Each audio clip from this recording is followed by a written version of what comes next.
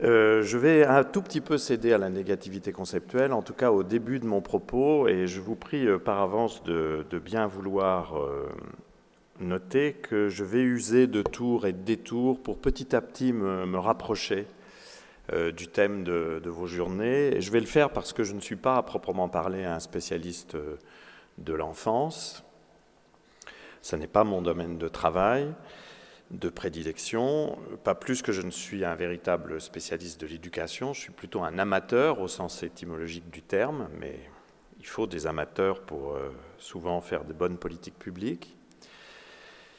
Et je vais essayer plutôt de réfléchir en prenant très au sérieux votre titre, presque votre injonction, la ville à hauteur d'enfant, pour tenter de comprendre ce que fait à la pensée de la ville le parti pris de regarder les choses urbaines avec le regard des enfants, ou en tout cas ce que serait de retrouver cet esprit d'enfance. Je ne peux pas m'empêcher d'utiliser cette expression qui fait très années 20, années 30 dans cet hôtel de ville-là, cet esprit d'enfance qui était cher à Peggy, à Bernanos et à bien d'autres. Qu'est-ce que cet esprit d'enfance peut nous permettre de dire sur la ville contemporaine? Et en retour, qu'est-ce que ce que cela dit nous permet d'engager comme réflexion sur ce que pourrait être un pari éducatif pour la société de demain? Et un pari qui sera cette fois-ci un pari optimiste. Donc une petite phase négative, dépressive, et j'espère un emballement euphorique pour terminer. Lorsque j'ai dit à certains de mes amis, de mes connaissances, que j'allais intervenir sur la ville et l'enfance, on m'a rétorqué, mais est-ce bien utile? Les enfants aujourd'hui sont des rois. Mais j'ajoute immédiatement, ce sont des rois sans couronne. Ou plus exactement, leur couronne est un fardeau, et ce fardeau, nous avons tous à le porter. Et je voudrais commencer par évoquer un peu ce fardeau de l'enfance. Lorsque l'on est un enfant en ville aujourd'hui, et pas simplement en France, mais dans le monde, être un enfant, c'est parfois s'exposer au pire. Je crois qu'il faut commencer par là. Je m'en étouffe. Et rappeler que dans de nombreux cas, l'enfance, c'est d'abord la personne la plus fragile et la plus vulnérable, la plus exposée à tout ce que le monde compte d'épouvantable. La pauvreté, il y a, d'après la Banque mondiale, plus de 400 millions d'enfants confrontés à l'extrême pauvreté dans le monde.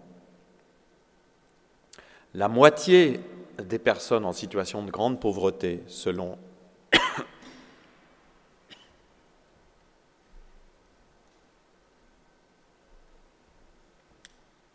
la vulnérabilité des vieilles personnes, c'est l'étouffement. Selon l'UNICEF, plus de la moitié des personnes en situation de très grande pauvreté sont des enfants. Moins d'1,80 $ par jour. L'UNICEF que l'on a créé après-guerre et qui fait partie de ces institutions qui sont aujourd'hui fragilisées par la remise en question des financements internationaux par les grands États, comme l'UNESCO l'est. L'UNICEF ayant été créé avec la volonté, à l'époque, de protéger les enfants de ce qu'ils avaient vécu pendant les conflits mondiaux. Et l'on a oublié ce message-là, qu'il fallait protéger aussi cette enfance qui est une enfance vulnérable. La pauvreté les touche, les guerres en font leurs premières victimes. Plus de 2 millions d'enfants ont été tués dans les 10 dernières années dans des conflits. Ce qui vient de se passer en Syrie a été une des plus grandes hécatombes d'enfants qu'on ait vues depuis très longtemps. Les enfants ont même été des cibles privilégiées avec leur mère. 8 à 10 000 enfants meurent chaque année sur une mine. L'esclavage touche aujourd'hui les enfants dans bon nombre de pays.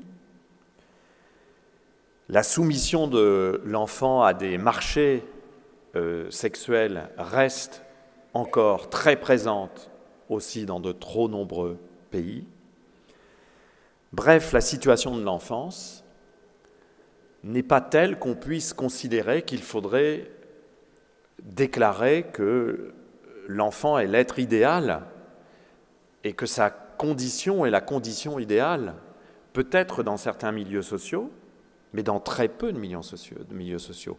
Il se trouve qu'au Conseil supérieur des programmes, j'ai eu l'occasion de discuter souvent avec une des membres, Maria Edgrar, la vice-présidente d'ATD Quart-Monde, et que j'ai eu aussi beaucoup l'occasion de discuter avec Jean-Paul Delahaye à l'occasion de la réflexion qui a mené à son rapport sur la grande pauvreté et l'éducation. En France aussi, et dans cette région, on en sait quelque chose, et à Lille même, on en sait quelque chose. Être un enfant, c'est d'abord être vulnérable, fragile, et réfléchir à l'enfance dans la ville, c'est peut-être aussi, dans une certaine mesure, se réapproprier cette condition de fragilité et de vulnérabilité. Et la penser pour ce qu'elle nous apporte aussi sur notre propre réflexion, sur ce que nous sommes en tant qu'être humain dans cette société qui, à bien des égards, est une société impitoyable. Une société qui met en question l'intégrité des enfants plus souvent qu'à son tour. Et encore une fois, nous aurions tort de nous croire protégés, même si parfois cette mise en question de l'intégrité des enfants dans les sociétés développées paraît plus soft, plus douce que dans les sociétés en état de guerre. Cette réflexion sur la vulnérabilité, j'ai voulu commencer par elle parce qu'il me semble qu'elle nous permet d'aborder un second point de l'analyse qui est de réfléchir à la façon dont les vies urbaines, compte tenu de ce qu'est la mondialisation urbaine, réfléchir sur ce que les vies urbaines comportent de capacités de surencadrement des pratiques, de surencadrement des individus, de multiplication des systèmes normatifs. Et je voudrais réfléchir un peu avec vous à cette situation à un tantinet paradoxal. Nous avons en effet très souvent une vision du développement des sociétés contemporaines qui insiste sur les progrès de la liberté, les progrès de la reconnaissance des droits individuels, les progrès de la prospérité, les progrès des techniques et des technologies qui nous permettent de mieux affronter les difficultés de l'existence, les progrès de l'organisation de nos espaces urbains et de l'équipement de ces espaces urbains.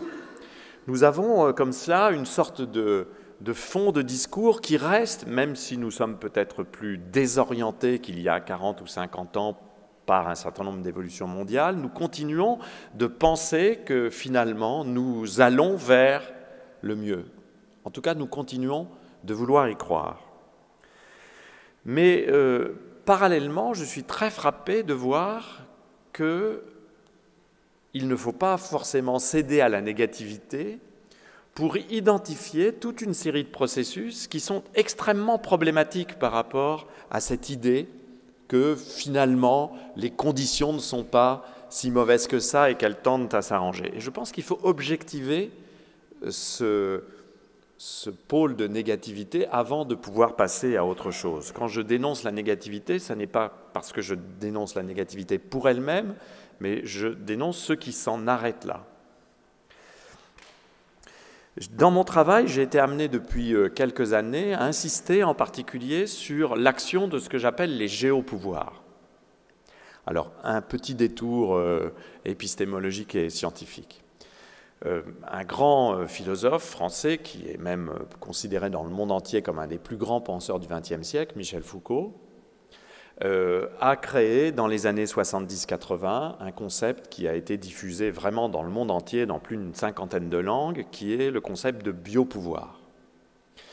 Pour aller vite, Michel Foucault dit qu'à partir du XVIIe siècle, on entre dans une autre époque et que, à ce moment-là, à ce moment où se mettent en place les prisons, les hôpitaux au sens moderne du terme, les grands casernements, mais aussi d'ailleurs à partir de cette époque, notons-le, se constitue ce qui va devenir la forme scolaire standard.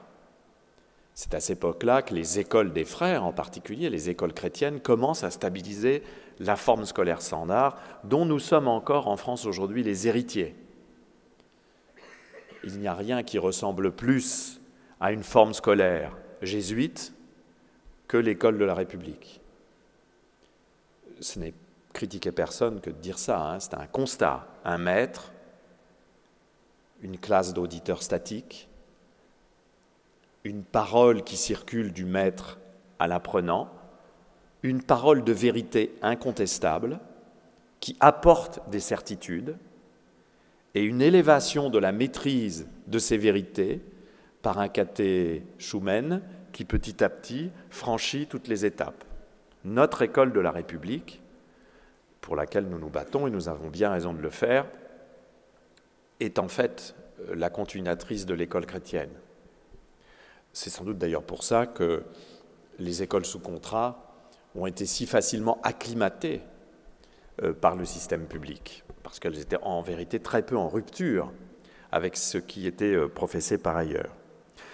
Et Michel Foucault dit que dans cette période-là, fin de la parenthèse, on est passé à des sociétés où les pouvoirs avaient comme privilège, là je cite pratiquement Foucault terme à terme, avaient pour privilège de pouvoir donner la mort, c'était le privilège régalien par excellence. Le roi était celui qui avait le droit de mort sur quiconque.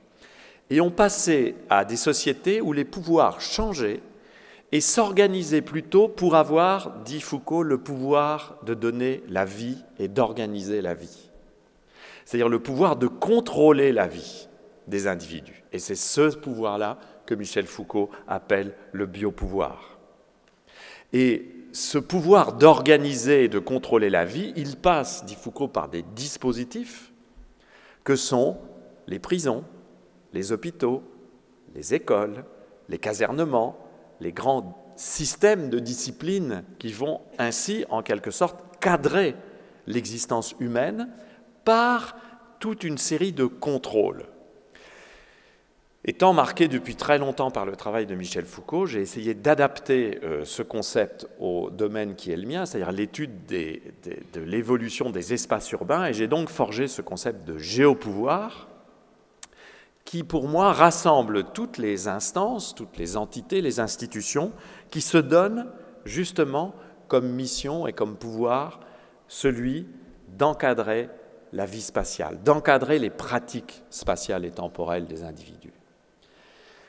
Dans ces géopouvoirs, que trouve-t-on? Eh bien, on trouve les architectes, les urbanistes, les pouvoirs locaux, les grandes firmes du bâtiment et des travaux publics, les grandes firmes de réseau, tous ceux qui, à un moment ou à un autre, proposent des cadres de vie. Quelle belle expression disciplinaire, des cadres de vie, c'est-à-dire des schémas intellectuels, des dispositifs matériels et des règles de prescription de pratique, c'est-à-dire des règles de pratique, des dispositifs de pratique pour cadrer la vie humaine au jour le jour. Et je trouve que nous sommes dans une période, depuis une trentaine d'années, en fait depuis l'embrayage à partir des années 80, d'un moment très particulier dans l'histoire de la croissance urbaine et même tout simplement de la mondialisation, c'est-à-dire ce moment qui est marqué par le triomphe, tenez, de Margaret Thatcher, qui est venue ici. On a une petite gravure qui fait l'allégorie de cette venue de Margaret Thatcher ici pour lier à vie la France et l'Angleterre dans le cadre d'une relation stable, comme quoi de temps en temps les gravures deviennent historiques. C'est le moment où Margaret Thatcher triomphe, c'est le moment où Ronald Reagan aux États-Unis triomphe également, c'est le moment où ce que l'on a appelé le néolibéralisme financiarisé impose ces schémas et ces règles un peu partout au monde. Et ceci a une traduction en termes de géopouvoir, qui est que ces instances sont de plus en plus puissantes et de plus en plus préoccupées d'organiser la vie spatiale, d'organiser l'expérience spatiale de chacun au jour le jour. Et je vais vous en donner quelques exemples, aussi dans une perspective de conscientisation collective, parce que parfois nous ne sommes même pas tout à fait au clair sur cet encadrement-là. Le propre du dispositif de contrôle intelligent et efficace, c'est qu'il se donne pour transparent. C'est ça, le nec plus ultra du contrôle. D'ailleurs, c'est Deleuze, ami de Foucault, qui avait dit une dizaine d'années après la mort de Michel Foucault, Foucault mort en 84, donc il y a un certain nombre de choses qu'il ne peut pas voir, en particulier le développement du numérique, que Deleuze, lui, commence à voir, puisqu'il meurt 20 ans plus tard. Et Gilles Deleuze dit, en fait, nous sommes aujourd'hui en passe d'entrer dans ce qu'il appelle la société de contrôle. Et il dit, le contrôle, c'est plus insidieux que la discipline. La discipline, on sait qu'on est discipliné. On sait qu'on est discipliné lorsqu'on est dans un système disciplinaire. D'ailleurs, dans ma génération, on lisait Jules Vallès, par exemple. Je ne sais pas si on lit encore aujourd'hui Jules Vallès. On lisait Jules Vallès, l'enfant, l'insurgé. On lisait tous ces textes de ces enfants révoltés contre la discipline scolaire. Oui, l'école d'arrière-grand-papa n'était pas si belle que cela, hein. Je le dis comme ça au passage, mais sans intention malfaisante. Cette discipline, on la sent dans son corps, on voit le système disciplinaire fonctionner lorsqu'on est encaserné, lorsqu'on est emprisonné, lorsqu'on est hospitalisé. Ce sont des systèmes qui multiplient les ne pas, qui multiplient les injonctions à ne pas faire. On peut, de ce point de vue-là, se demander si l'école française n'est pas un des derniers systèmes disciplinaires qui reste aujourd'hui presque dans son jus, tant cette école continue d'être une école qui multiplie les ne pas. Mais Deleuze disait, on passe au système de contrôle qui est plus insidieux que cela, parce que dans le contrôle, la férule est tout aussi puissante, mais elle se fait discrète. Elle se fait insensible. Pire que ça, elle se transforme en revendication individuelle. Elle se transforme en affirmation de choix et de liberté. Donc nous sommes dans un moment social très particulier de ce point de vue-là, où l'on peut quand même se poser un certain nombre de questions. Posons-en-nous quelques-unes, qui, vous allez le voir, vont nous ramener directement à l'enfance. Parce qu'évidemment, la marche des géopouvoirs ne concerne pas seulement les enfants, mais nous tous, mais elle touche prioritairement les enfants. Plus exactement, la façon dont les géopouvoirs s'emparent de l'enfance est un révélateur de ce que ces géopouvoirs nous font à nous et de la manière dont ils nous affectent. N'êtes-vous pas surpris et surprise de l'importance croissante des normes corporelles, psycho-affectives et cognitives dont nous sommes en permanence bombardés? Il n'y a pas une journée qui se passe sans que, d'une façon ou d'une autre, un certain nombre de prescripteurs ayant pignon sur rue nous imposent ou tentent de nous imposer des normes de corps, de tenue de corps, des normes psycho-affectives et des normes cognitives, en particulier lorsque l'on s'adresse aux enfants. Le discours sur l'enfance aujourd'hui est un discours invraisemblablement normatif. Et les parents sont parfois les premiers opérateurs de normativité. Ces discours sont tellement normatifs qu'aujourd'hui, on multiplie les alertes, les traitements préventifs, Les anticipations, avec même des choses qui ont été tentées dans les politiques publiques à partir de 2007-2008, lorsqu'il s'agissait de déceler, avant même le trouble, la potentialité du trouble chez un certain nombre d'enfants, dans une sorte de scénario à la Philip K. Dick, vous savez, une Minority Report, hein, dont on connaît la trame. Il s'agit de mettre en place un corps d'inspecteurs qui vont pouvoir arrêter le délinquant par anticipation avant même qu'il ne passe à l'acte. Ces capacités d'anticipation ne sont possibles qu'à partir du moment où il y a des normes corporelles, psycho-affectives et cognitives, parce que maintenant ces normes deviennent des normes cognitives. Imaginons qu'un ministre dise, ça ne pourra jamais exister en France, les neurosciences prouvent, c'est de la fiction évidemment, hein, les neurosciences prouvent que si l'on n'a pas appris à lire et à écrire à 6 ans, alors tout est fini, que l'ECP est la classe décisive, nous sommes complètement dans la normativité cognitive. Et quand on est parent, évidemment, et quand on est élu, parce que parfois on est les deux en même temps, on est complètement affolé par ce genre de choses et malgré tout, puisque l'utilitarisme est ce qu'il est aujourd'hui dans nos sociétés, même si l'on peut être profondément choqué en tant que parent par cette normativité, on se dit « Ah oui, mais si je passais à côté de quelque chose pour mon enfant, si jamais je ne me confortais pas à ces normes ». Résister à ces normes urbaines, ce sont des normes urbaines, ce sont des normes de comportement. Regardez les normes de comportement des enfants dans les espaces publics, les normes de comportement des enfants dans les cours de récréation. Il faut jouer à la marelle ou au football, surtout pas regarder une tablette ou un téléphone portable. Nous sommes dans le pur normatif, là, nous sommes dans la normativité. Donc, ce bombardement normatif est quelque chose pour moi de très problématique et il a des traductions urbaines. Bien sûr, il ne peut pas ne pas en avoir. Il a déjà des traductions dans la conception des espaces scolaires ou périscolaires.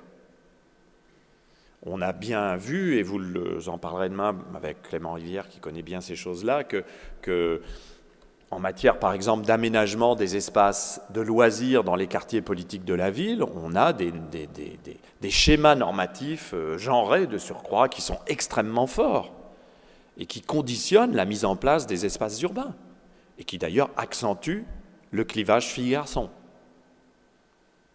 Donc, oui, j'ai dit tout à l'heure que les enfants étaient vulnérables, les petites filles le sont plus, et que travailler sur la vulnérabilité pour la résorber, c'est toujours s'intéresser au statut des femmes. C'est sans doute pour ça d'ailleurs que tous les gouvernements patriarcaux détestent l'UNICEF et l'UNESCO. Et ça n'est absolument pas une plaisanterie, je pense que c'est aussi une des raisons pour lesquelles les financements pour ces institutions-là sont systématiquement revus à la baisse, parce que ce sont des institutions qui promeuvent systématiquement le progrès féminin et le traitement privilégié des femmes et des filles. Donc, cette normativité-là, elle nous questionne, nous devons absolument nous en emparer. Mais nous avons un autre problème dont nous pourrions parler longuement, mais j'ai l'œil rivé sur cette magnifique pendule pour ne pas être trop long.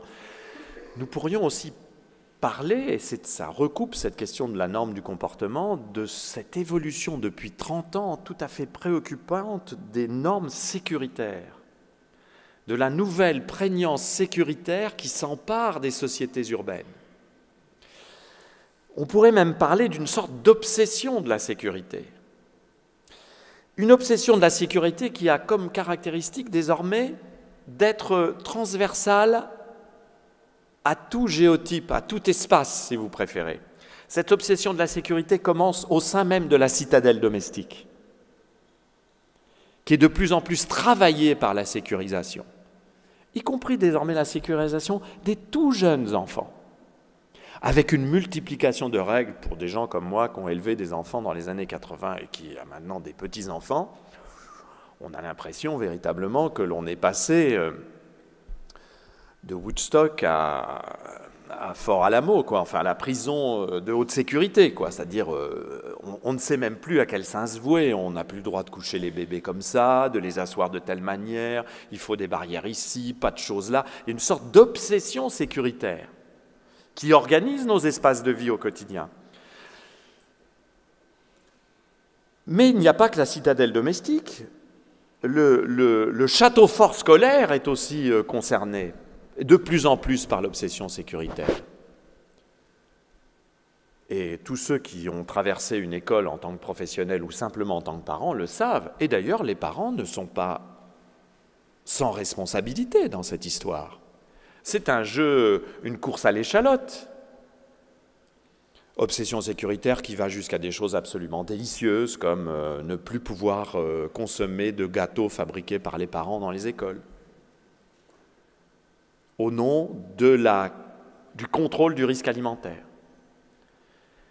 Et tout ce qui a trait au corps, à l'exposition du corps, à la chute, alors là, c'est quelque chose de terrible. Parlez-en, par exemple, aux professeurs d'éducation physique et sportive ou aux professeurs des écoles dans les activités d'éducation physique et sportive. Il y a eu des cas malheureux de buts ou de panneaux de basket qui se sont décrochés. Il y a des accidents dans la vie, hein, ça arrive. Et cette obsession sécuritaire a fait qu'un certain nombre d'enseignants ont arrêté certaines activités, les sorties scolaires. Donc, le château fort scolaire n'est pas à l'abri, mais plus préoccupant encore, les espaces d'institutions publiques sont également marqués par cette obsession sécuritaire. Toujours au nom de bons motifs. Vous avez pu rentrer librement dans l'hôtel de ville ce soir? Plus possible. Ça n'est plus possible nulle part. Il faut, alors peut-être dans certains hôtels de ville petits, mais dans les grands établissements publics, ça n'est plus possible. Bon, c'est pour contrôler l'immixtion d'éventuels terroristes. On peut d'ailleurs penser que raisonnablement, ça ne protège de rien, n'est-ce pas? Mais c'est comme ça. Pire encore, les espaces publics sont touchés désormais par l'obsession sécuritaire. Ces espaces qui étaient justement les espaces libres de tout pouvoir, libres de tout contrôle, c'est ça un espace public, hein. C'est d'abord un espace qui est vidé des marques explicites du contrôle, du pouvoir, du monopole de la violence légitime. Les espaces publics deviennent de plus en plus sécurisés, pour tous les âges de la vie. Les espaces publics deviennent aujourd'hui des parcs cernés, vidéosurveillés, conçus en îlots d'activités spécialisées, en essayant d'éviter les conflits, les frottements. Même les aires de jeu maintenant sont recouverts de caoutchouc,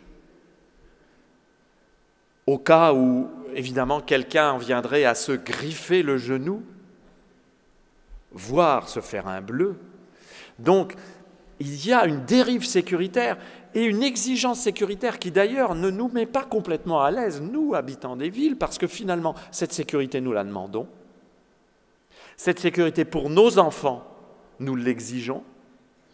Cette sécurité, regardez bien, nous la demandons de plus en plus comme un service que nous sommes prêts éventuellement à concéder, dont nous sommes prêts à concéder la gestion, dont nous concédons la gestion à des opérateurs privés.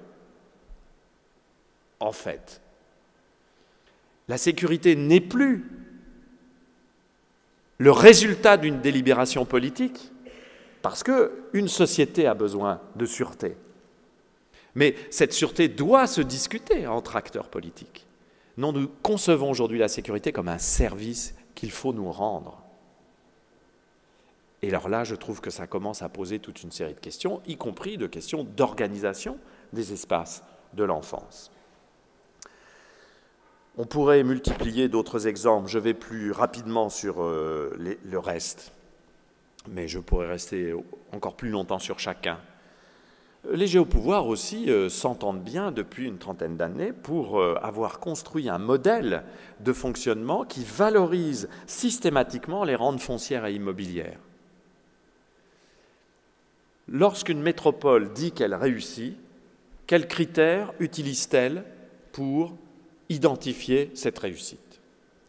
Pratiquement toujours, un des critères majeurs, c'est le critère de l'aménagement des mètres carrés construits, du foncier libéré et réutilisé, de la valorisation immobilière.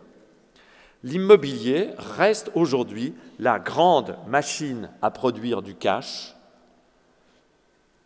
des organisations urbaines contemporaines. C'est d'ailleurs encore aujourd'hui le fondement des dynamiques économiques urbaines. Ce que Thomas Piketty n'avait pas vu dans son livre Les inégalités au XXIe siècle, d'ailleurs, ce qui fait que son constat serait amplifié encore par cette prise en compte.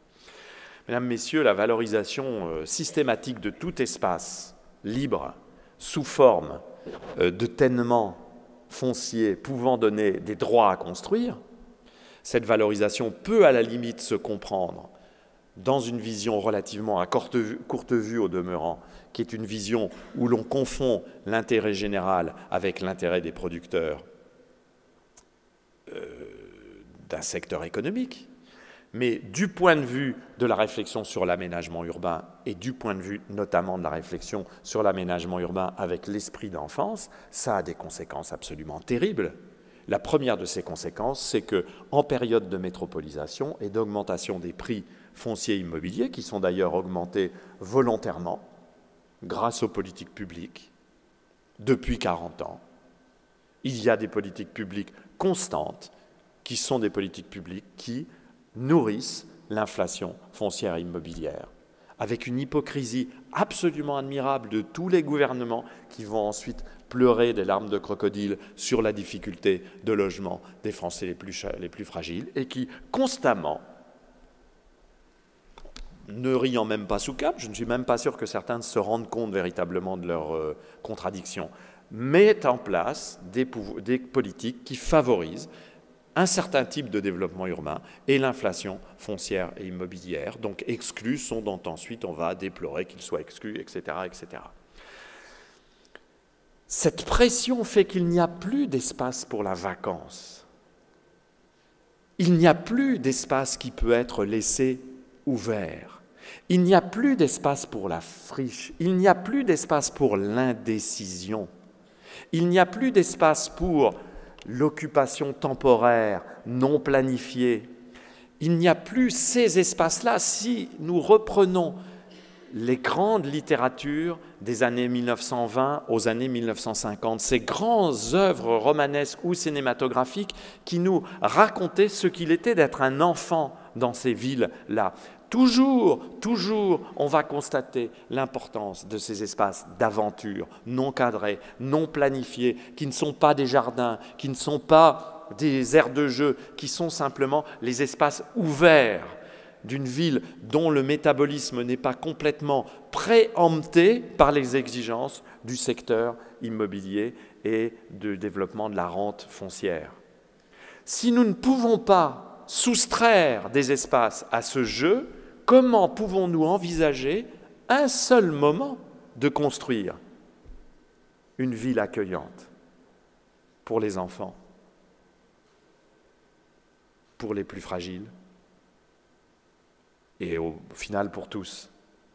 Nous nous condamnons à n'avoir comme modèle urbain que le modèle très artificiel et très pauvre en fait, qui est celui des vainqueurs de la métropolisation, c'est-à-dire des agents privés du géopouvoir, qui mettent sous coupe réglée et à leur service la plupart des acteurs publics depuis un demi-siècle. À Paris, qu'est-ce qui justifie le réaménagement des halles? L'intérêt public? L'intérêt de l'enfant? L'intérêt d'Unibail? Le propriétaire du centre commercial? Je crois que oui. À Pardieu, à Lyon, quel est le plus gros investisseur de l'opération Pardieu à Lyon? Unibail. plus gros propriétaires de centres commerciaux en Europe, qui investit de son propre chef 250 millions d'euros dans la réhabilitation du centre commercial de la Part-Dieu. 250. Ils auraient tort de se priver. C'est un cochon rose dans lequel ils mettent des pièces depuis 40 ans. Et elles deviennent de plus en plus grosses, ces pièces. Je ne dis pas qu'il ne faut pas le faire, je dis qu'il faut poser la question du modèle qui est le nôtre. Parce que si nous ne posons pas ces questions-là, comment pourrons-nous composer d'autres types d'urbanité? Je me permets de poser cette question, qui me vaut en général une popularité sans borne lors des réunions de maires. Mais nous pourrions également multiplier les exemples de la marchandisation systématique des activités proposées aux enfants. Nos enfants, on va finir par croire que ce sont des marchandises. Dans les métros à Lyon, il n'y a que des publicités pour les cours particuliers en ce moment. Bon, cela étant, petite parenthèse un peu mesquine, un peu mauvaise, mais c'est mon fond.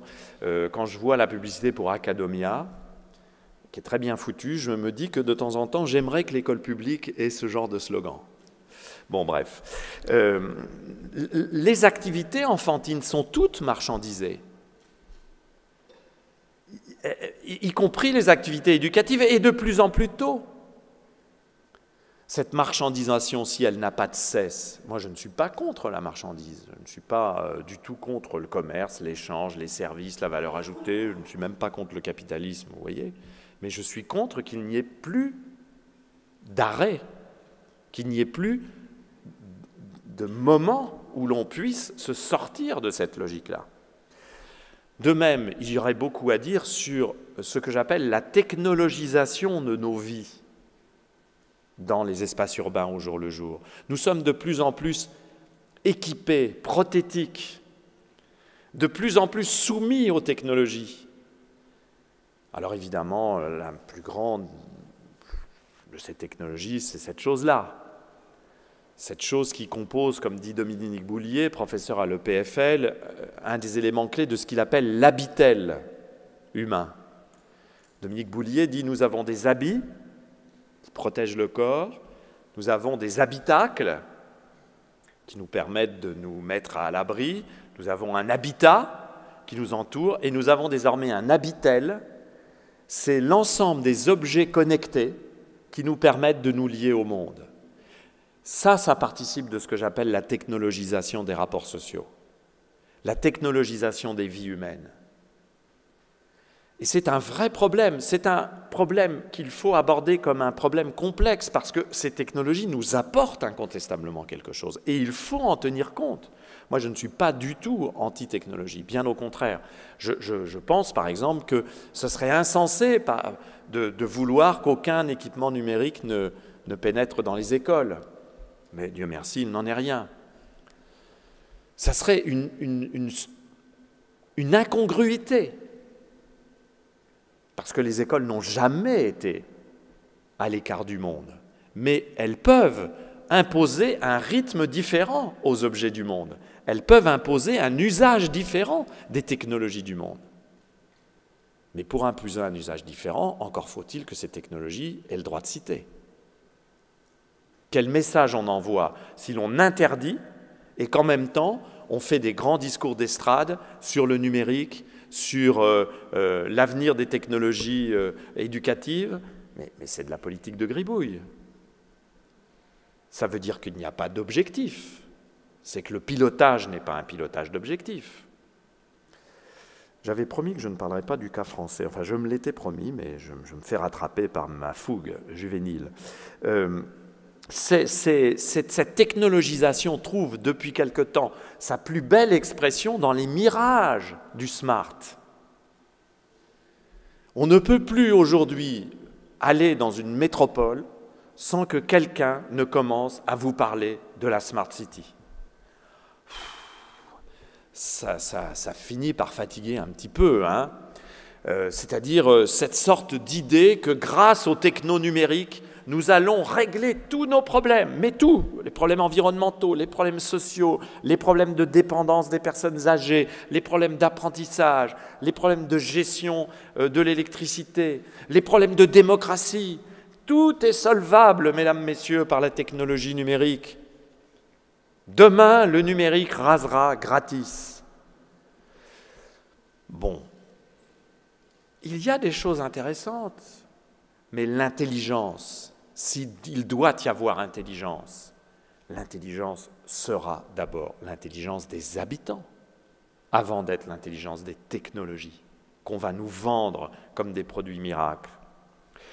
Et puis, dernier point, tout cela que je présente de façon beaucoup trop schématique, je vais arriver à la phase optimiste, tout cela se solde par quelque chose, moi, qui me frappe beaucoup et qui commence à me poser un vrai problème de réflexion, c'est le surencadrement constant et permanent des espaces et des temps de nos existences, et en particulier des espaces et des temps de l'enfant. Avec une compétition acharnée entre différents prescripteurs pour monopoliser l'attention des enfants, encadrer et contrôler leurs pratiques et ces espaces. Cette compétition-là, elle est mortifère, mesdames, messieurs, elle est dangereuse pour les enfants. Et elle est dangereuse pour les parents qui sont bombardés d'injonctions contradictoires. Comment les parents, par rapport au numérique, par exemple, comment pourraient-ils s'y repérer aujourd'hui, entre les injonctions contradictoires qui viennent de toutes parts? Et vous savez, un monde d'injonctions, c'est un monde où on ne dispute pas, on ne discute pas. Les bombardements d'injonctions contradictoires dont nous sommes l'objet montrent tout simplement qu'il n'y a plus de débat public dans ce pays, sur la plupart des sujets fondamentaux. C'est-à-dire, on n'est plus capable de disputer de faut-il que les enfants soient ou non exposés au numérique et dans quelles conditions. Ce n'est pas une question qui se règle comme ça, à coup de dogme. Parce que le numérique, c'est un système de médiation aux autres et au savoir. On n'a jamais réglé les problèmes de médiation culturelle à coup de dogme. Jamais. On ne le règle qu'en produisant de la culture. Produire de la culture, c'est discuter, c'est écrire, c'est penser, c'est débattre. C'est pas multiplier les injonctions. Cette compétition acharnée me laisse penser qu'il faudrait qu'un certain nombre d'acteurs, et vous en faites partie, essayent de proposer une sorte de stratégie de rupture par rapport à tout cela et de dire, eh bien, finalement, que faudrait-il pour installer de nouvelles conditions qui permettent de repenser la place de l'enfant dans la ville et de repenser aussi la contribution de l'enfance à la réflexion urbaine et à la réflexion politique sur ce que la ville peut ou doit être comme milieu de vie du plus grand nombre d'humains sur cette terre. Et je pense qu'un certain nombre de travaux prennent aujourd'hui cette réflexion en main et le font dans une perspective que je vais essayer de vous présenter en un quart d'heure, 20 minutes qui me restent. Une perspective qui, vous allez le voir, est sans doute beaucoup plus optimiste que la perspective précédente et qui est une perspective qui essaye justement de réagir par rapport à ces constats un tout petit peu problématiques. Ce que je vous propose, c'est en fait de s'approcher au plus près des pratiques urbaines des enfants, ce que Thierry Pacaud a essayé de faire dans son exposition, de s'approcher au plus près de ces pratiques urbaines dans une sorte d'analyse ethnogéographique de ces pratiques, parce que je pense que c'est la seule échelle qui nous permette de comprendre ce qui se joue en matière d'évolution urbaine aujourd'hui. Je pense qu'il ne faut pas parler d'enfance en termes de stock. Penser la ville du point de vue de l'enfance, c'est nécessairement penser qualitativement. Ça n'est pas faire des enfants un stock qu'il faut gérer comme un stock avec des flux d'entrants et des flux de sortants. C'est d'ailleurs un peu le paradoxe de la situation que nous vivons, chers amis, c'est que nous vivons une situation où nous avons à traiter des grands nombres. Mais nous devons traiter ces grands nombres en considérant qualitativement la relation de chaque individu de ce stock à son monde de vie. C'est-à-dire nous devons apprendre à penser qualitativement les grands nombres. C'est-à-dire à être à la fois capable de gérer les séries et les grands nombres, et en même temps de produire de la qualité d'analyse. Et certains développements actuels dans le domaine des big data, d'ailleurs, nous permettent de montrer que ça n'est pas impossible. Et donc, je vous propose de penser qualitativement les choses en utilisant le concept clé qui va me servir même de modèle d'expérience. L'immense intérêt de s'attarder sur la façon dont les enfants vivent la ville, c'est que la façon dont ils la vivent nous permet de comprendre que ce que l'on appelle très souvent la pratique sociale, qui est un mot courant, commode, usage, ou l'activité, qui sont également des mots, un mot courant, commode d'usage, mais qui a comme défaut de fonctionnaliser l'agir humain, de considérer ce que les individus font d'une manière plutôt utilitaire et fonctionnelle. Il y a des pratiques scolaires, des pratiques de piscine, des pratiques de loisirs, des pratiques de consommation, des pratiques culturelles, des pratiques économiques. Donc il y a finalement des sommes d'actes qui sont tournés vers un but qui est un but de satisfaction d'un besoin ou un but de réalisation d'une fonction. Vous voyez ce que je veux dire par une sorte de défaut de fonctionnalisation. L'expérience, en revanche, ouvre une boîte longtemps noire d'un tout autre rapport et d'un tout autre registre. Parce que la notion d'expérience nous emmène très au-delà de la fonction et de l'utilitarisme. La notion d'expérience nous permet de réfléchir tout simplement à la place de l'activité au jour le jour au sein de l'existence humaine. La question de l'expérience, bref, est une question anthropologique fondamentale. Ça n'est pas simplement une question fonctionnelle ou une question d'organisation par les géopouvoirs des espaces de la pratique. C'est une question anthropologique et c'est même une question d'anthropologie politique et philosophique tout à fait essentielle. C'est en réfléchissant sur les enfants que je m'en suis rendu compte, mais aussi en réfléchissant sur des expériences qu'on a longtemps considérées comme des expériences marginales, non significatives, c'est-à-dire ne pouvant pas cadrer l'ensemble de l'activité humaine. Qui viendrait dire, si nous regardons des enfants, nous comprenons ce qu'il en est d'exister en tant qu'être humain adulte? On vous dirait, ce sont des enfantillages. Ce ne sont pas les adultes qui doivent apprendre des enfants. Ce sont les enfants qui doivent apprendre des adultes. Ce qui n'est pas faux. Mais la première affirmation n'est pas juste. Apprendre de l'enfance paraît saugrenu. Comme il paraîtrait saugrenu, il a paru saugrenu pendant très longtemps, d'apprendre de ces expériences limites, par exemple de l'expérience esthétique. Parce que ce que l'on ressent lorsqu'on voit une œuvre a souvent été pensé en termes de sentiments ineffables, de choses qui ne pouvaient pas être codées, pensées, réfléchies, développées, argumentées, disputées. Des goûts et des couleurs, monsieur, on ne discute pas. Eh bien si, les théoriciens de l'expérience esthétique ont montré qu'il fallait en disputer.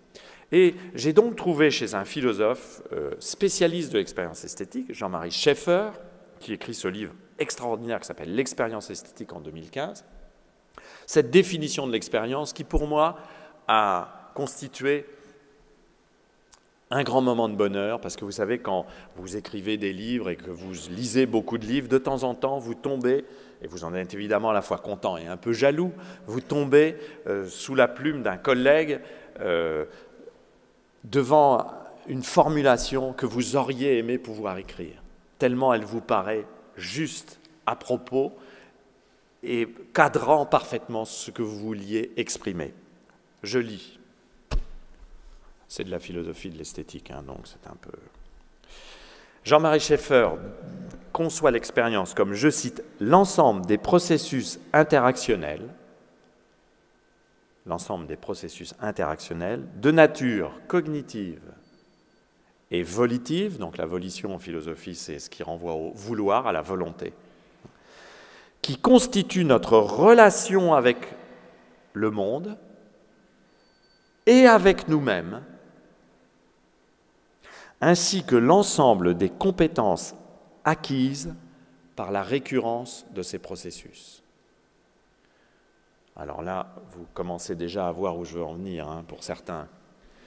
L'ensemble des processus interactionnels. Processus, c'est un processus, l'expérience. Ça commence à la naissance, ça se termine à la mort, par hypothèse, pour ne choquer personne. Hein? Donc, ça commence à la naissance, ça se termine à la mort. Nous avons une vie d'être humain qui est entièrement marquée par la constance de ce processus expérientiel. Sachant que c'est aussi un travail qui vient beaucoup du monde anglophone et que dans le monde anglophone, il y a beaucoup de jeux de mots entre to experiment et experience, hein, c'est-à-dire l'expérimentation et l'expérientiel sont deux registres de l'expérience avec un E majuscule. Des processus interactionnels. L'expérience, ça n'est pas le sujet isolé dans son enveloppe. C'est interactionnel. Il n'y a d'expérience qu'interactionnelle. L'interaction, c'est moi et les autres, mais c'est aussi moi et les choses. Moi et les bâtiments. Là, quand on arrive ici, on a immédiatement une expérience qui est de l'ordre de l'interaction avec les volumes, avec l'écho, avec les plaques de marbre gravées, avec cette architecture. On est dans l'ordre de l'interaction humain, non humain. Mais ça peut être aussi l'expérience, l'interaction avec des animaux, l'interaction avec des végétaux. N'est-ce pas? L'expérience, c'est quelque chose qui est fondamentalement lié à cette interrelation permanente entre moi et tout ce que je peux saisir et connecter et contacter dans mon agir, qui est une projection en même temps qu'une interaction. J'ai mis très longtemps à comprendre une phrase d'un philosophe que j'admire beaucoup, qui s'appelle Charles Taylor, canadien, anglophone, qui, dans un très grand livre qui s'appelle The Sources of the Self, les sources du moi, a écrit « L'action humaine, c'est du désir projeté dans l'espace public ». Alors désir, nous, on a un problème en Europe, c'est que désir, il y a tonton Freud qui arrive immédiatement avec sa barbichette et son air un peu sévère, de père sévère, donc, et donc on pense à la psychanalyse. Oui, mais pour les anglophones, désir, c'est will, donc c'est beaucoup plus la volonté, c'est beaucoup plus la volition.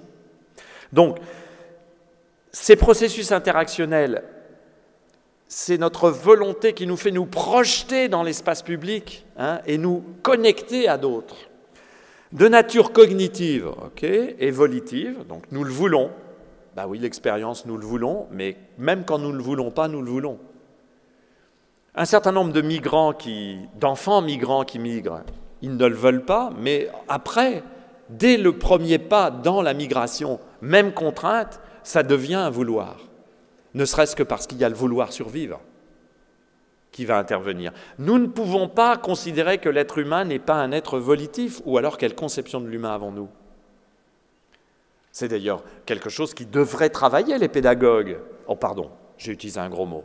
Qui devrait travailler les personnes qui sont devant des enfants dans des classes, hein, ou qui contribuent à l'éducation. C'est-à-dire que les enfants sont des êtres de vouloir, et pas simplement de devoir, mais aussi de vouloir. Vous savez, il y a les 4 modalités de l'action qui ont été posées par les grands théoriciens des sciences sociales, comme Greimas et d'autres. Hein. Vouloir, savoir, devoir, pouvoir, hein, ça marche assez bien. Et il disait finalement, ces 4 modalités sont les 4 modalités qui mettent le plus en mouvement les êtres humains, qui constituent notre relation avec le monde M minuscule, donc le monde d'expérience. Voilà, là nous avons un monde d'expérience partagé. Hein, voilà, c'est un monde d'expérience au sens de la phénoménologie, et avec nous-mêmes. Ah oui, ça c'est très fort, parce que l'expérience, c'est aussi une relation d'ego à alter ego, mais c'est aussi une relation de moi à moi. Ainsi que l'ensemble des compétences acquises par la récurrence de ces processus. On apprend par l'expérience. Mesdames, Messieurs, voici la définition qui permet de prendre au sérieux la dimension non formelle et non scolaire de l'apprentissage. Je vous avais dit que je finirais par arriver peu ou prou au sujet. Considérons donc la spatialité des enfants comme une expérience. Considérons la façon dont les enfants vivent leur espace de vie comme une expérience totale qui mobilise leurs ressources physiques, sensorielles, sociales, culturelles. Cette expérience de chaque enfant est d'abord une expérience personnelle et biographique, bien sûr. Il y a une dimension personnelle et biographique à tout vouloir.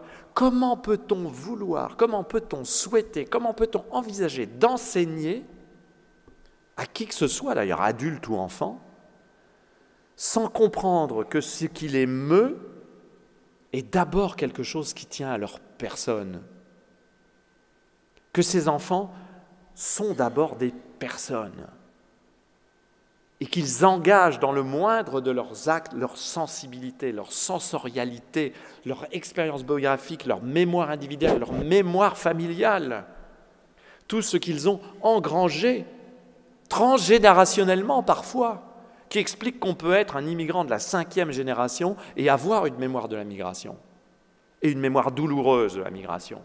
Et qu'on ne peut pas s'en sortir en disant « Bon, dis donc, Coco, ça fait quand même 50 ans que tu es là, tu vas arrêter de nous casser les pieds. » On a connu des Corses et des Bretons qui revendiquaient leur bretonitude 200 ans après. C'est possible donc pour l'Algérie aussi. Hein. Dit un petit-fils de Briochin, Saint-Brieuc, Côte d'Armor. Donc, je n'ai jamais vécu à Saint-Brieuc, j'ai une mémoire de la Bretagne. C'est curieux, non ? Et pourtant, ça fait partie de moi. On ne pourra pas me l'enlever. Ou alors, ça serait comme m'enlever une partie de ma personne. Mais cette expérience, elle est aussi sociale. Grande annonce pour le ministère de l'Éducation nationale. Attention, c'est un scoop. L'enfant n'est pas un cerveau dans un bocal. Je répète, l'enfant n'est pas un cerveau dans un bocal. Donc, non seulement il ne fait pas que penser, mais aussi parfois il dépense, hein, il agit, il souffre, il pâtit, il aime, il rit, il se réjouit, il a de la peine, il a peur, il a des émotions. Toutes choses qu'on ne peut pas complètement cadrer dans une expérience in vitro. On rappellera à quelques camarades du cabinet que le in vitro et le in vivo, dès qu'on a fait 2 mois de science, on sait que ça n'est pas la même chose. Donc, voilà, les enfants ne sont pas des cerveaux isolés, ce sont des êtres sociaux. Donc, ils sont en interaction avec d'autres. Et cette interaction fait partie de l'expérience. Cette expérience, elle est toujours déjà spatiale. Cette expérience, ça sera toujours un mode de déploiement de son activité dans un espace. L'espace de l'école, l'espace où on l'aimerait bien à l'extérieur de l'école. Et on aimerait bien surtout que tous les espaces communiquent entre eux, toutes les expériences spatiales communiquent entre eux, ce que fait Nathalie et les personnes qui sont engagées dans ce que vous avez signalé tout à l'heure, cette activité sur la réflexion sur l'enseignement de la géographie, c'est très souvent aussi de faire du lien entre des expériences qui sont traditionnellement disjointes dans la manière classique d'aborder la géographie. Et quand on fait du lien, qu'est-ce qu'on fait ? Ben, quand on fait du lien, on crée du sens. Alors, le problème du sens, camarades, c'est que le sens, c'est plus complexe que le non-sens. Donc, évidemment, c'est toujours un peu difficile. C'est pour ça que beaucoup de gens préfèrent être imbéciles. Hein, Bernanos définissait l'imbécilité. Il disait il y a deux types. Hein. Il y a les idiots. Bon, l'idiot, c'est une sorte de créature du Seigneur. Il était très croyant, donc un idiot est un idiot. Dostoïevski avait bien montré que l'idiot, c'est celui qui est pris dans son idiotisme, donc qui ne peut pas en sortir. Et puis, il y a l'imbécile. Et Bernanos disait l'imbécile, c'est celui qui renonce à penser. Voilà, il faut renoncer à être imbécile. C'est compliqué parce que c'est facile d'être imbécile. C'est confortable de renoncer à penser. C'est tout bénef pour une carrière. Donc, qu'est-ce que ça crée de lier les choses qui sont disjointes? Ça crée de la complexité, donc ça crée de l'équivoque, ça crée de l'inquiétude. L'expérience pédagogique de lien dont je parle, les profs ne me contrediront pas, j'espère, Nathalie peut-être, ou Madame l'adjointe au maire me contredira peut-être, mais au début, quand on se lance dans ça, eh bien, on est inquiet. On s'inquiète. On est inquiet, dérangé, troublé, parce qu'il y a des excès de sens qui arrivent et on ne sait pas quoi en faire. C'est un peu comme un enseignant qui découvre tout soudain que ses enfants, devant lui, raisonnent, pensent de façon pertinente un certain nombre de choses, parfois de façon plus pertinente que le maître, hein, ce n'est pas du tout une critique. On a tous été dépassés par la pensée de ses élèves à un moment ou à un autre. Et heureusement, d'ailleurs, c'est pour ça que ce métier est un métier passionnant, un métier où on apprend sans cesse. On n'apprend pas de ses pairs, on apprend de ses élèves, tout autant. Et cette expérience est toujours déjà temporelle. Et par le social, je termine presque, hein, cher Damien, mais j'aurai un tout petit peu de retard, mais je suis comme la SNCF désormais, moi j'ai souvent du retard. Donc cette expérience est temporelle, spatiale, sociale, et vous avez remarqué que par le social, par le spatial, par le temporel, on touche à des dimensions d'expérience qui dépassent la personne. L'expérience, c'est le contraire du solipsisme. Vous voyez ce mot solipsisme qui veut dire le rabattement de l'individu sur lui-même. L'expérience, c'est le contraire de l'individualisme. Valoriser l'expérience, c'est se donner la possibilité d'identifier ce qui, dans une expérience, me dépasse. Vous dépasse les enfants. Et c'est leur faire prendre conscience de cela. Je viens de sortir d'une soutenance de thèse tout à fait étonnante d'une jeune géographe qui a fait un travail remarquable sur l'apprentissage de la géographie en CM1. Et CM1, CM2, début de cycle 3. Elle voulait le faire en 6e, et puis pour des raisons que je n'expliquerai pas, elle n'a pas pu aller jusqu'en 6e. On ne lui a pas donné l'autorisation, tout simplement, d'entrer dans les classes. Donc, elle a fait une enquête très ethnographique de ses pratiques, et à un moment, une prof de CM2 emmène ses élèves dehors pour faire une photo, pour parler du paysage. Donc, c'est une fille très, très tonique, elle prend la photo du paysage, elle projette la photo sur le tableau, enfin sur une vieille nappe de papier, et on commence à dessiner. Et elle laisse ses enfants dessiner pendant qu'elle travaille avec d'autres. Elle travaille en îlot, hein, donc pendant qu'elle travaille avec d'autres, il y en a 4 ou 5 qui dessinent. Et puis, il se trouve que la photo avait été prise avec les enfants devant le paysage. Donc, eux, les enfants, ils ont repris les lignes et ils sont dessinés dans le paysage. Alors là, Steve dit, mais ça va pas. Mais enfin, vous vous êtes dessinés dans le paysage. Bah, eux, ils la regardent, ils disent « Bah ouais, mais enfin, vous ne faites pas partie du paysage ?» ?»« Bah si, madame, mais puisqu'on y est. » Et elle n'a pas voulu en démordre, et petit à petit, elle s'est aperçue que les enfants avaient raison. Ils faisaient partie du paysage. Ils lui ont dit très simplement « Mais madame, s'il n'y a pas des gens, il n'y a pas de paysage, puisque personne ne le voit. » Et en même temps, ils ont tout de suite compris qu'il y avait des choses qui les dépassaient et il y avait aussi des choses qui dépassaient le paysage. Et que parmi ces choses, il y avait eux. CM1. Pas mal, hein? Donc, comprendre ces liens avec ce qui dépasse, c'est tout à fait essentiel, notamment dans le propos géographique. Comprendre que chez l'enfant, cette expérience est marquée par le plaisir, par la crainte, par la routine, par l'extraordinaire, par l'ouverture, par la fermeture, ne pas non plus bêtifier. Les enfants sont très normatifs de nature. Mais il faut s'appuyer sur cette capacité normative des enfants pour leur faire comprendre ce qu'est une norme. Les enfants, en revanche, ont des pratiques de civilité qui sont complètement contradictoires des pratiques de civilité des adultes. On a valorisé dans la théorie urbaine une civilité qui est la civilité de la grande métropole, c'est-à-dire la civilité de l'anonymat, la civilité du lien faible, la civilité de la neutralité. Être civil aujourd'hui, c'est croiser les autres sans rien dire. Sauf que beaucoup d'enfants ne fonctionnent pas comme ça. Ils nous montrent une civilité de contact. Vous voyez ce que je veux dire ? C'est-à-dire, les enfants, ils ont ce site particulier, c'est qu'ils sont capables d'aller parler à des gens qui ne sont pas comme eux. Parce que tout simplement, ils ne décodent pas la différence de la même manière. Donc si on est attentif à la spatialité des enfants, on se donne même des moyens pour penser politiquement une autre civilité pour les adultes, qu'on retrouve à certains moments. C'est-à-dire que les enfants, ils ont un mode de civilité, de relation à autrui, normal, qui est le mode de civilité extraordinaire pour un être humain, adulte. Ça ne pose pas de problème, ça. Alors pourquoi, quand on fait des dispositifs d'aménagement, on projette la civilité des adultes comme modèle et jamais la civilité des enfants? Pourquoi est-ce que l'obsession des concepteurs et des designers d'espace, aujourd'hui, c'est de neutraliser l'interaction, parce qu'on pense que neutraliser l'interaction, c'est faire diminuer la conflictualité. C'est quand même bizarre, non? D'abord, pourquoi est-ce qu'on n'aime pas le conflit? Pourquoi est-ce qu'on n'aimerait pas pourquoi est-ce que les enfants ne supporteraient pas le conflit?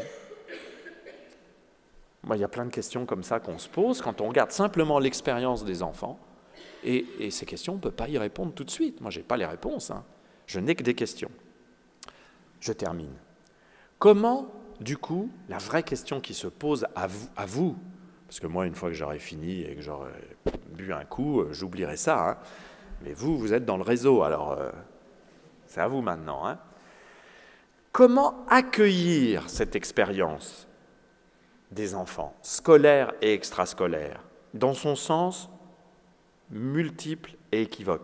Comment l'accueillir? Lui faire une place dans nos réflexions. Comment faire connaissance avec cette expérience? Je joue sur l'expression « faire connaissance ». La regarder, la prendre au sérieux, l'observer pas simplement pour du beurre, pas simplement pour des fonctions, pas simplement pour de la police, pas simplement pour de l'encadrement. Oui, il faut faire ça s'il faut le faire. Ok, je ne suis pas en train de dire qu'il ne faut pas comptabiliser les enfants pour en mettre un certain nombre dans les classes. Ok, on est d'accord, mais ça, on sait le faire.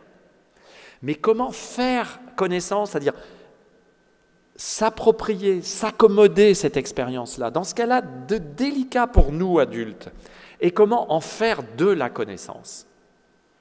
En faire de la connaissance pour nous, mais aussi en faire de la connaissance pour les enfants. Comment, à partir de cette expérience, peut-on travailler avec et chez les enfants de la création de compétences, de connaissances et de capacités? Comment peut-on engranger, grâce à ce précipité de l'expérience, des savoirs et des savoir-faire qui instruisent l'enfant, qui l'élèvent petit à petit dans une maîtrise de savoir, d'expérience, qui vont être des savoirs liés à cette expérience-là, mais en même temps généralisables.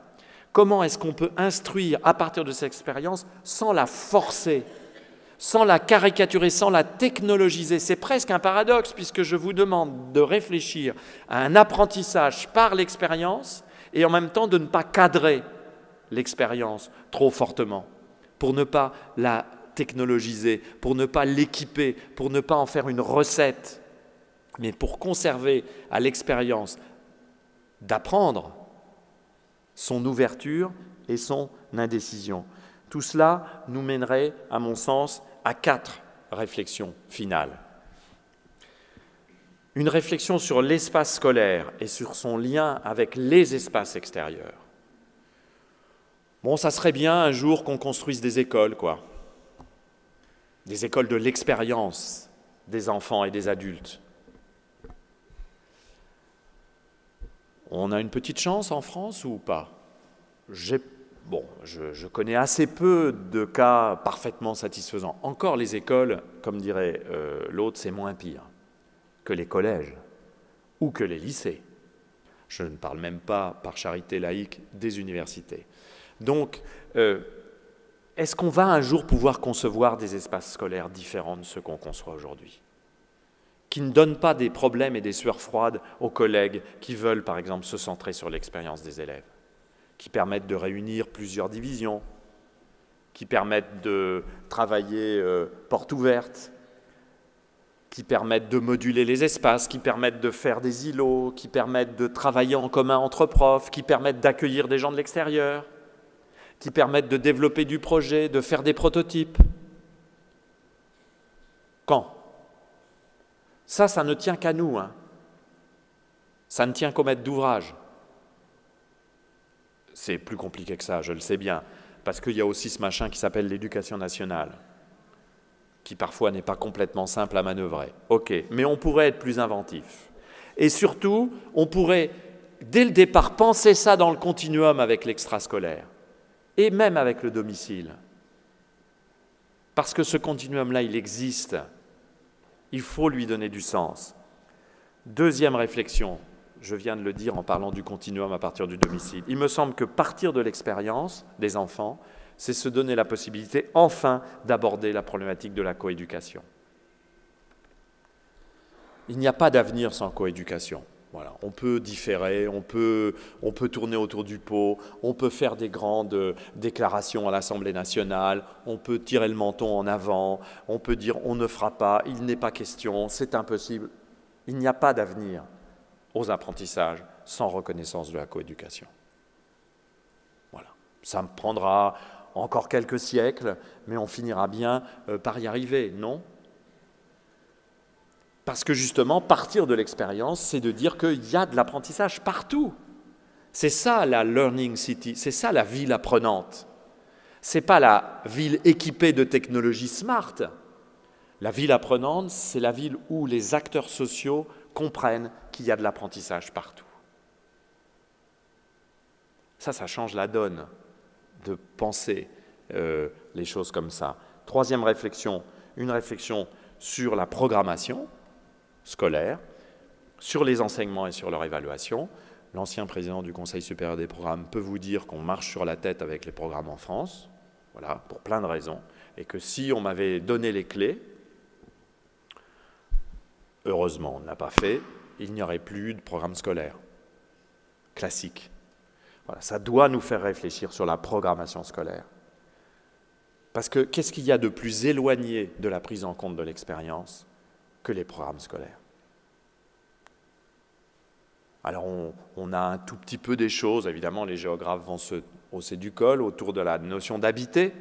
Pourquoi est-ce qu'on a tellement blindé la question de l'habiter dans les programmes de géographie? Parce qu'on s'est dit, tiens, voilà enfin un concept qui est en même temps quelque chose qui apprend beaucoup aux enfants et qui nous ramène à l'expérience humaine. Mais alors, on l'a payé cher, hein, quand on voit le programme d'histoire. Et puis, la dernière réflexion qu'on pourrait mettre en avant, c'est la réflexion sur la formation et l'accompagnement des professeurs. La formation et l'accompagnement des professeurs et de tous les acteurs de la coéducation.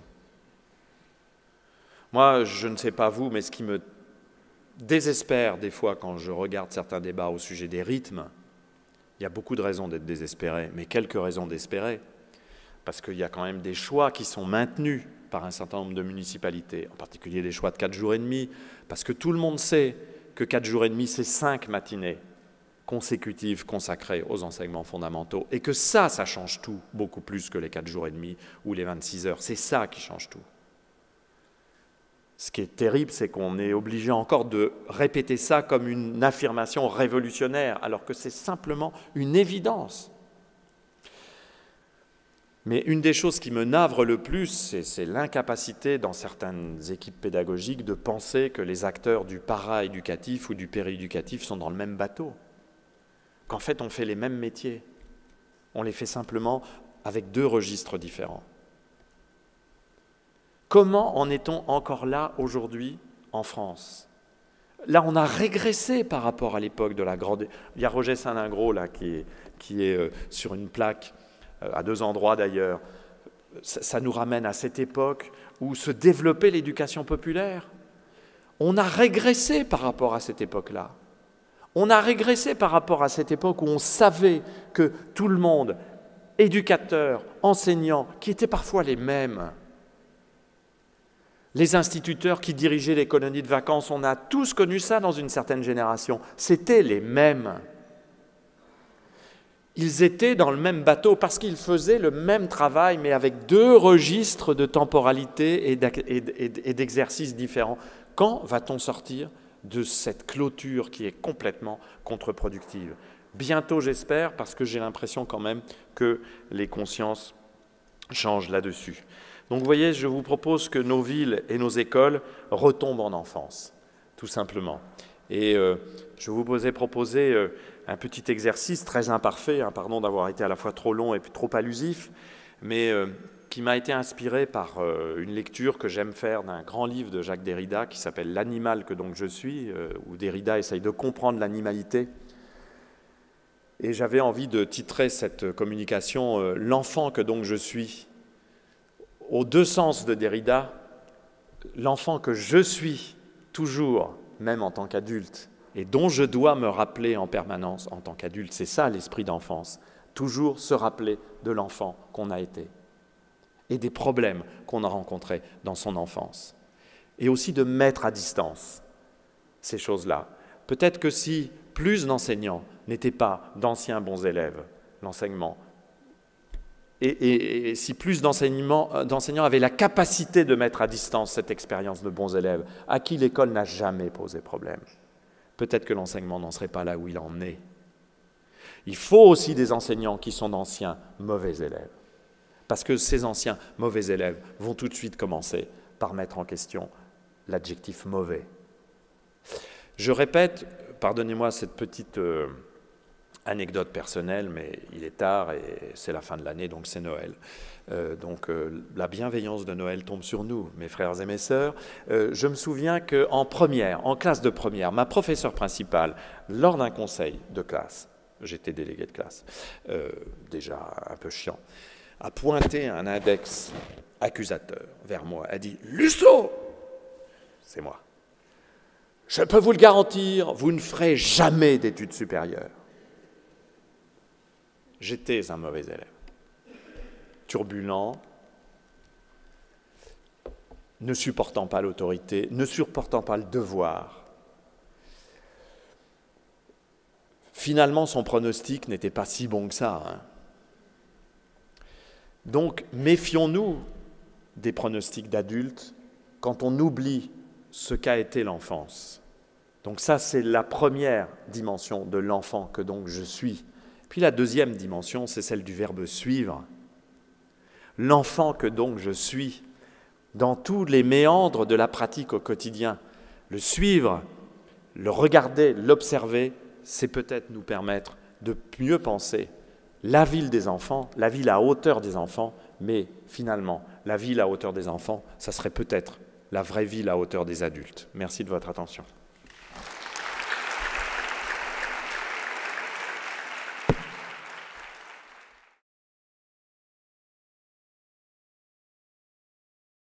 Oui, il y aurait beaucoup à dire d'ailleurs sur la façon dont en France on a maltraité des équipements qu'on désigne souvent de façon d'ailleurs un peu condescendante comme des équipements socio-cul.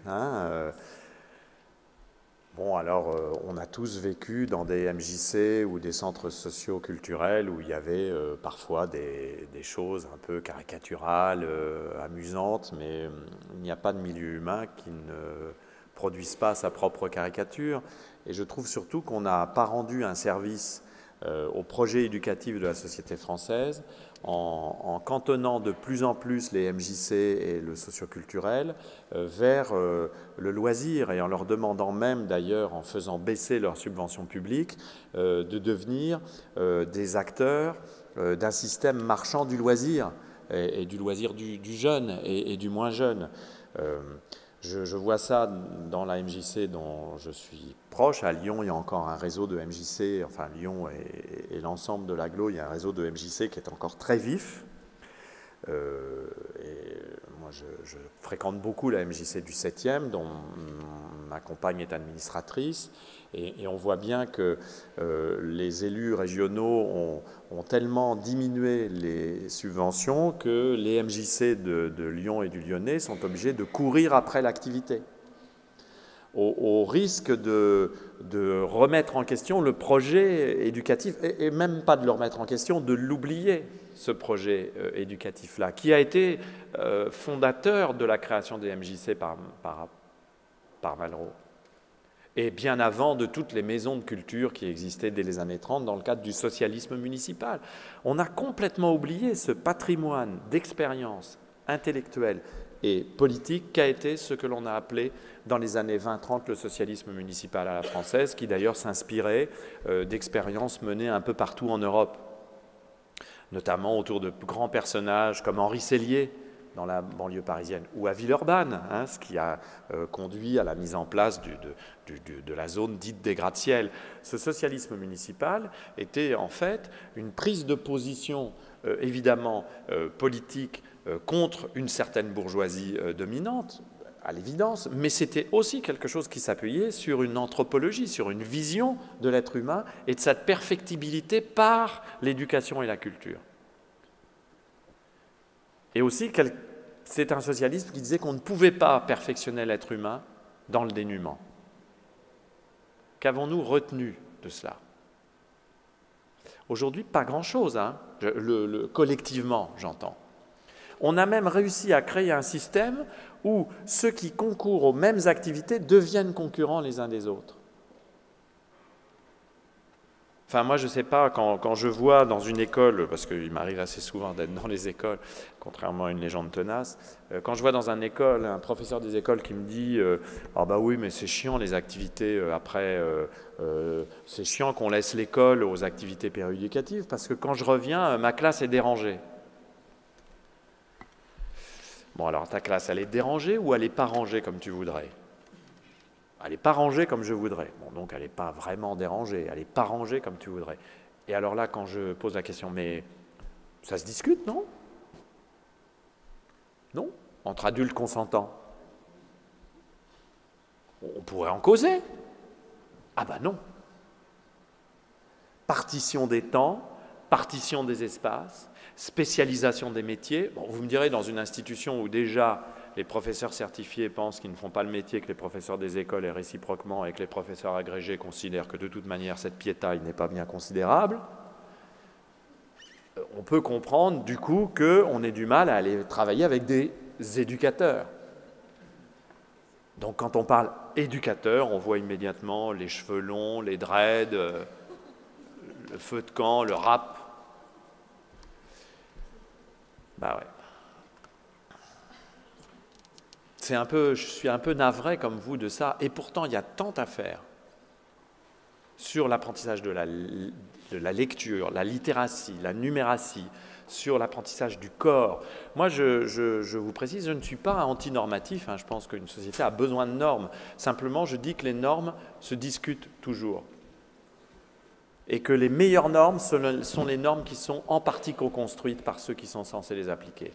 C'est-à-dire, d'ailleurs ça a été fait, les élèves ont besoin de normes, mais ils ont besoin de normes qu'ils comprennent.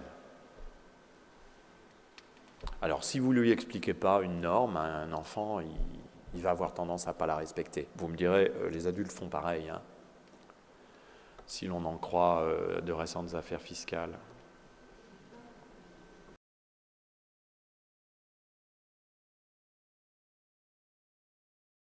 Bien sûr, vous avez raison. Alors, le géographe a tendance à mettre l'espace en avant, mais un géographe comme moi a tendance à dire un espace, c'est toujours un espace-temps. C'est-à-dire, il n'y a pas d'expérience qui ne soit pas, Star Wars sort, donc je vais utiliser cette expression, qui ne soit pas spatio-temporelle, n'est-ce pas?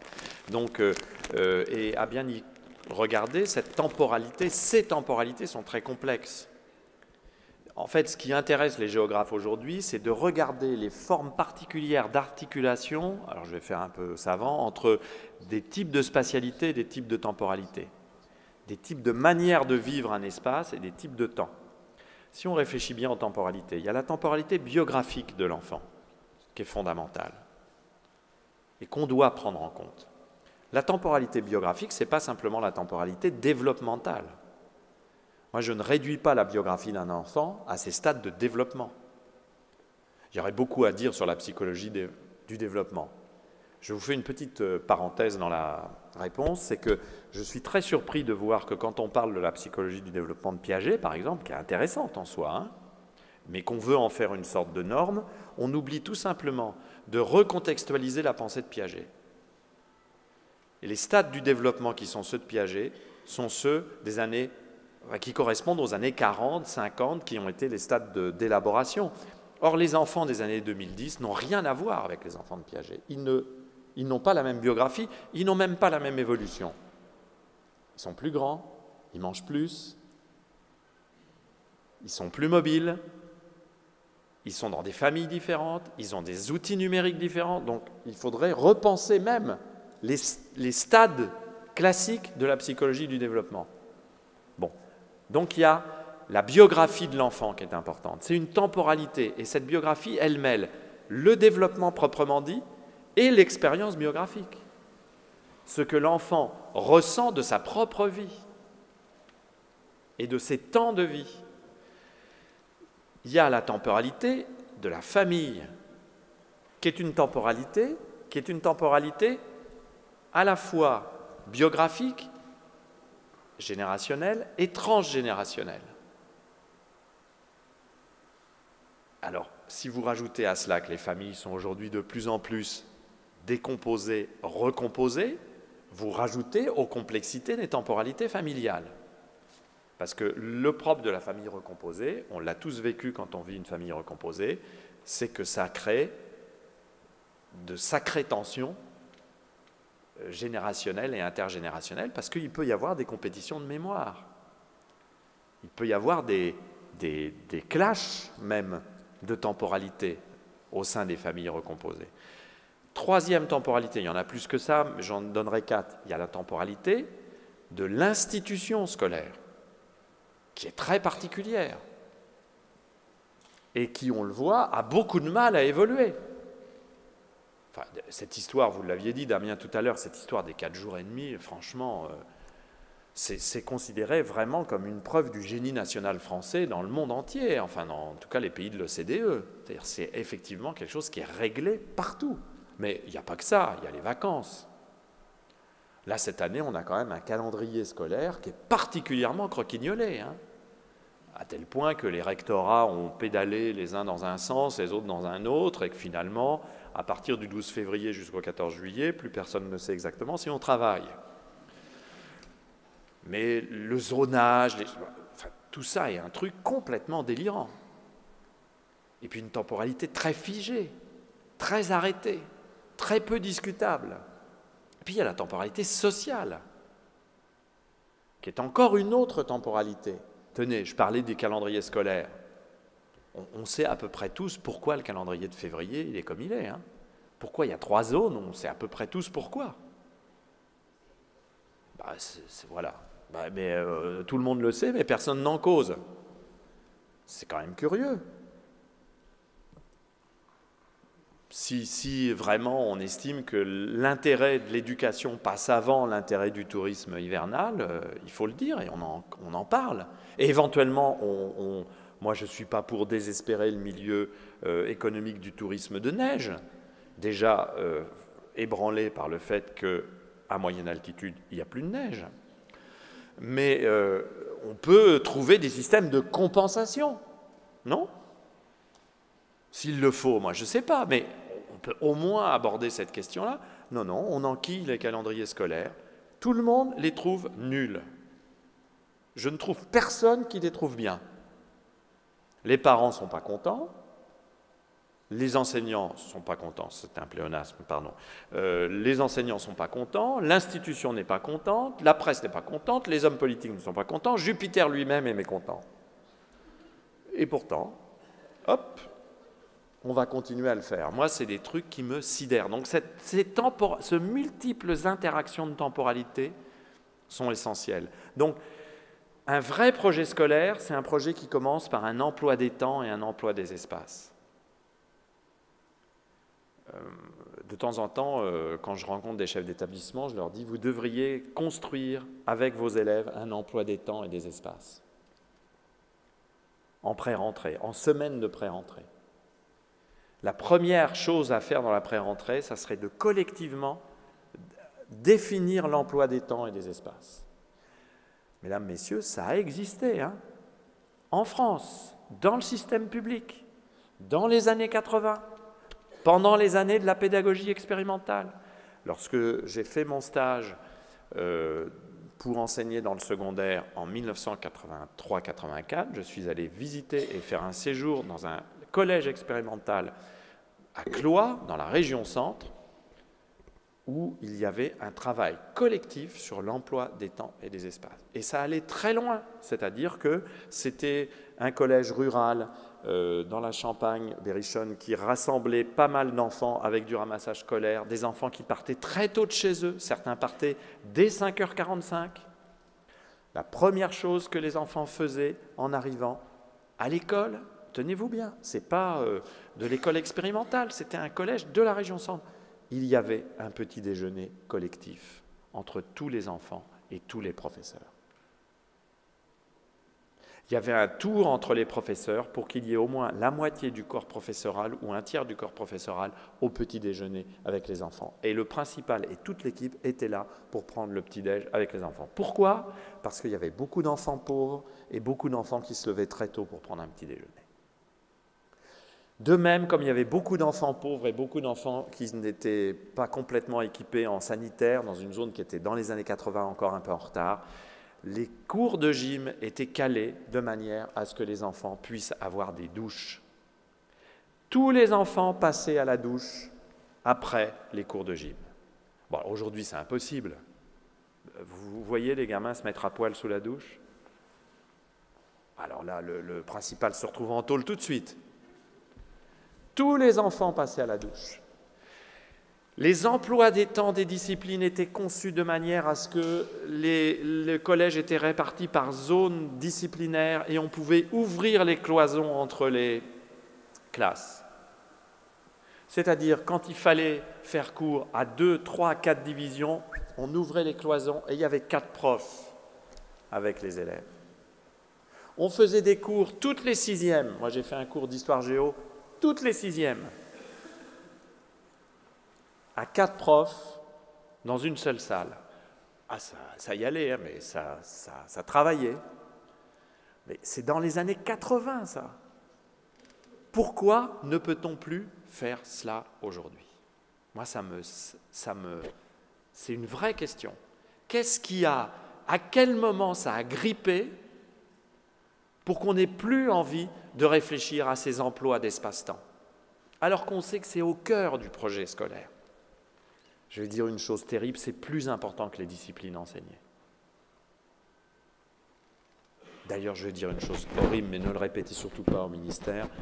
En fait, je pense qu'au moins dans l'enseignement primaire, on n'aurait plus, même dans l'enseignement, même au collège, on n'aurait plus besoin de discipline. En tout cas, moi, je fais partie des géographes qui sont volontaires pour que la géographie ne soit plus enseignée en tant que discipline, s'il le faut. Parce que ça ne sert à rien pour la géographie. Et on trouvera d'autres manières d'enseigner ce qui est intéressant dans la géographie, dans d'autres enseignements, si on valorise la pratique de l'expérience. Parce qu'on enseignera l'habiter nécessairement. Mais je pense qu'on se fusille aujourd'hui dans l'enseignement par le disciplinaire et que tous les problèmes de coéducation sont aussi liés à ça. Parce que vous parliez de temporalité. Tant que les enseignants par discipline viendront nous voir, n'est-ce pas, chère inspectrice, en disant « Ah, mon Dieu, je n'ai pas terminé mon programme. Je suis à Noël, je n'ai pas commencé telle question. » D'ailleurs, madame l'inspectrice, j'y comprends rien à ce programme de géographie. Tant que les enseignants seront obsédés par cette temporalité-là, rien ne se passera en matière de coéducation. Parce que la coéducation, c'est du temps pour débattre des objectifs.